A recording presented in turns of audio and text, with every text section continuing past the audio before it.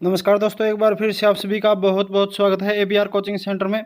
दोस्तों, इस क्लास में हम एक बार फिर से लेके आए हैं मध्यकालीन इतिहास की 9वीं क्लास, जो कि है भक्ति और सूफी काल के बारे में। और देखिए, आज का फर्स्ट क्वेश्चन हमारा है, भक्ति आंदोलन की शताब्दी में शुरू हुआ था। तो भक्ति आंदोलन जो है 7वीं शताब्दी में शुरू हुआ था। भक्ति पंथ है किसकी शिक्षा से महाराष्ट्र में फैल गया था? तो संत ज्ञानेश्वर की शिक्षा से भक्ति पंथ है जो महाराष्ट्र में फैल गया था। जिसे सूफी संत ने कहा था कि भक्ति संगीत ईश्वर के करीब जाने का एक तरीका है, वह कौन था? तो वह बाबा फरीद था। सूफी संत के मकबरे को क्या कहा जाता है? तो सूफी संत के मकबरे को दरगाह कहा जाता है। मध्यकालीन सूफी परंपरा के संदर्भ में वली शब्द का क्या अर्थ है? तो वली शब्द का अर्थ है संत। नेक्स्ट है, कौन सा सूफी आदेश सबसे रूढ़िवादी था? तो नक्शबंदी जो सूफी आदेश है सबसे रूढ़िवादी था। नेक्स्ट है, 15वीं शताब्दी के दौरान असम में वैष्णव संप्रदाय के प्रमुख समर्थकों में से एक कौन थे? तो शंकरदेव है जो 15वीं शताब्दी के दौरान असम में वैष्णव संप्रदाय के प्रमुख समर्थकों में से एक थे। कौन? शंकरदेव। नेक्स्ट है, भारत के किस साम्राज्य में दक्षिणतम ज्योतिर्लिंग मंदिर है? तो तमिलनाडु में स्थित है। भारत के किस धर्म की उत्पत्ति नहीं है? तो भारत में पारसी धर्म की उत्पत्ति नहीं हुई है। रामपंथ के प्रमुख प्रकाश संत कवि कौन थे जिन्होंने रामचरितमानस कविता भी लिखी थी? तो तुलसीदास ने लिखी थी। कंबन ने रामायण किस भाषा में लिखी थी? तो कंबन ने रामायण जो है तमिल भाषा में लिखी थी। ऐसा माना जाता है कि भगवान शिव ने किसका रूप धारण किया था और दक्षिण भारत में मीनाक्षी मंदिर के स्थल पर पार्वती से विवाह किया था? तो सुंदरेश्वरी जो है उनका रूप धारण किया था किसने? भगवान शिव ने। नेक्स्ट था, भगवान राम पर ध्यान केंद्रित करने वाले भक्ति आंदोलन का नेता कौन था? तो रामानंद था। संत कबीर ने अपनी आध्यात्मिक शिक्षा किस नामक गुरु से प्राप्त की है? तो रामानंद नामक गुरु से प्राप्त की है संत कबीरदास ने। नेक्स्ट है, कौन सा पंथ है कश्मीर के राजाओं का विस्तृत वर्णन है? तो राजतरंगिणी जो है वो कश्मीर के राजाओं का विस्तृत वर्णन है। नेक्स्ट है, कर्ण ने 12वीं शताब्दी में किस नामक पुस्तक लिखी जो कश्मीर के राजाओं का एक पद्म रूप ऐतिहासिक इतिवृत्त है? तो राजतरंगिणी पुस्तक लिखी थी। राम सेतु के अन्य नाम क्या है? तो राम सेतु के अन्य नाम है राम सेतु, सेतु बंध, सेतु बंधन, रामर पालम और आदम पुल। नेक्स्ट हमारा क्वेश्चन है, पंचवटी वाल्मीकि रामायण का एक प्रमुख भाग है, भारत के किस राज्य में स्थित है? तो पंचवटी कहाँ पे है? महाराष्ट्र में स्थित है। नेक्स्ट है, सूफी लॉज शाहजहां के समय मौजूद थे जहां लोग आध्यात्मिक मामलों पर चर्चा करने के लिए आते थे। इन लॉज को क्या कहा जाता था? तो इन लॉज को खानकाह कहा जाता था। नेक्स्ट है, 19वीं शताब्दी में मध्य भारत में सतनामी आंदोलन की स्थापना किसके द्वारा की गई थी? तो गुरु घासीदास द्वारा की गई थी। 12वीं शताब्दी के कर्नाटक में वीर शैव किसके अनुयायी थे? तो बसवण्णा के अनुयायी थे। कौन? वीर शैव, कर्नाटक में।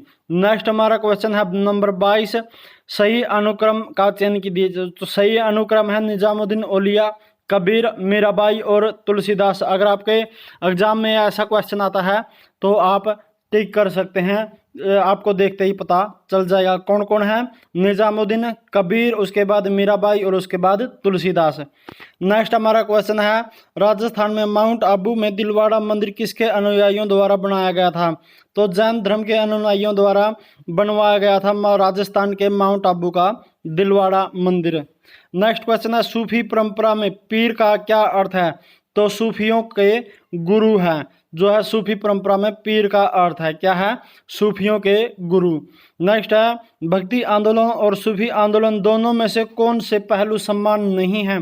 तो मूर्तियों की जो पूजा है वो भक्ति आंदोलन और सूफी आंदोलन दोनों में एक समान पहलू नहीं है। नेक्स्ट हमारा क्वेश्चन है, भारत में सबसे महत्वपूर्ण सूफी तीर्थ स्थल कौन सा है? तो अजमेर का जो तीर्थ स्थल है सूफी वो सबसे महत्वपूर्ण है। पहला भक्ति आंदोलन किसके द्वारा आयोजित किया गया? तो पहला भक्ति आंदोलन रामानुजाचार्य द्वारा जो है आयोजित किया गया था। नेक्स्ट हमारा क्वेश्चन है, श्री पेरुम्बदूर किसका जन्म स्थान है? तो किसका है? श्री रामानुजाचार्य का जन्म स्थान है। नेक्स्ट हमारा क्वेश्चन है, इनाम भूमि वह थी जो किसको सौंपी जाती थी, तो जो विद्वान और धार्मिक व्यक्तियों को सौंपी जाती थी इनाम भूमि वह थी। नेक्स्ट है अबुल फजल किस संत के पुत्र थे, यानी कि किस सूफी संत के पुत्र थे, तो शेख मुबारक के जो पुत्र थे कौन, अबुल फजल। नेक्स्ट है महाराष्ट्र के सबसे महान भक्ति कवि कौन थे, तो तुकाराम है जो महाराष्ट्र के सबसे महान भक्ति कवि थे। नेक्स्ट क्वेश्चन है संत कबीर का जन्म कहाँ हुआ था, तो वाराणसी में हुआ था। आचार्यों का सही कालानुक्रमिक क्रम क्या है, तो शंकर, रामानुज, माधव और चैतन्य। नेक्स्ट है मेवाड़ के शाही परिवार से संबंध रखने वाले प्रसिद्ध भक्ति संत कौन थे, तो मीराबाई थी। नेक्स्ट है अजमेर में किस सूफी की दरगाह है, तो मोइनुद्दीन चिश्ती की दरगाह है कहाँ पे, अजमेर में। गीत गोविंद के लेखक कौन थे, तो जयदेव जो है गीत गोविंद जो पुस्तक है उसके लेखक हैं। नेक्स्ट है रानी की वाव में अधिकांश मूर्तियां किस भक्ति में हैं, तो विष्णु की भक्ति में है। कौन सी, रानी की वाव है जो, रानी की बावड़ी है जो, उसमें अधिकांश मूर्तियां जो हैं विष्णु भक्ति के लिए अधिकांश प्रसिद्ध हैं। नेक्स्ट है प्रसिद्ध सांस्कृतिक स्थल रानी की वाव यानी कि रानी की बावड़ी किस नदी के तट पर स्थित है, तो सरस्वती नदी के तट पर स्थित है। दीदा की उपाधि वाली रानी ने 980 से 1003 के बीच भारत के किस हिस्से पर शासन किया, तो कश्मीर के हिस्से पर शासन किया था। बंगाल में भक्ति आंदोलन का प्रवर्तक किसे माना जाता था, तो चैतन्य को माना जाता है। तुलसीदास ने रामचरितमानस के लिए किस भाषा का प्रयोग किया है, तो अवधी भाषा का प्रयोग किया है। बंगाल के प्रसिद्ध संत चैतन्य किसके समकालीन थे, तो अलाउद्दीन हुसैन शाह के समकालीन थे। कौन, बंगाल के प्रसिद्ध संत चैतन्य।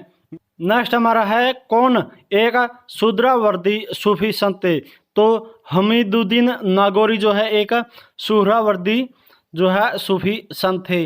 नेक्स्ट क्वेश्चन है भारत में भक्ति और सूफी आंदोलन किस काल में हुए थे, तो मध्यकालीन इतिहास में हुए थे। क्या, भक्ति और सूफी आंदोलन दोनों ही।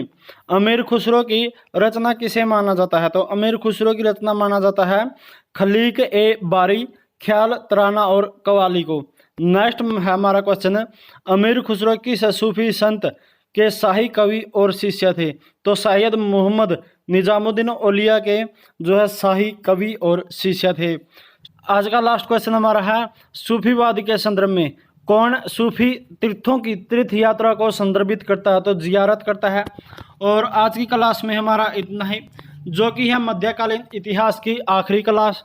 जल्द आधुनिक काल की क्लासें शुरू हो जाएंगी। तो जिन्होंने अभी तक चैनल को सब्सक्राइब नहीं किया है तो सभी से रिक्वेस्ट है कि फटाफट चैनल को सब्सक्राइब कर लें और आने वाली वीडियो की नोटिफिकेशन पाने के लिए घंटी का बटन भी जरूर दबा दें। थैंक यू, मिलते हैं जल्दी नेक्स्ट क्लास में, तब तक के लिए जय हिंद, जय भारत।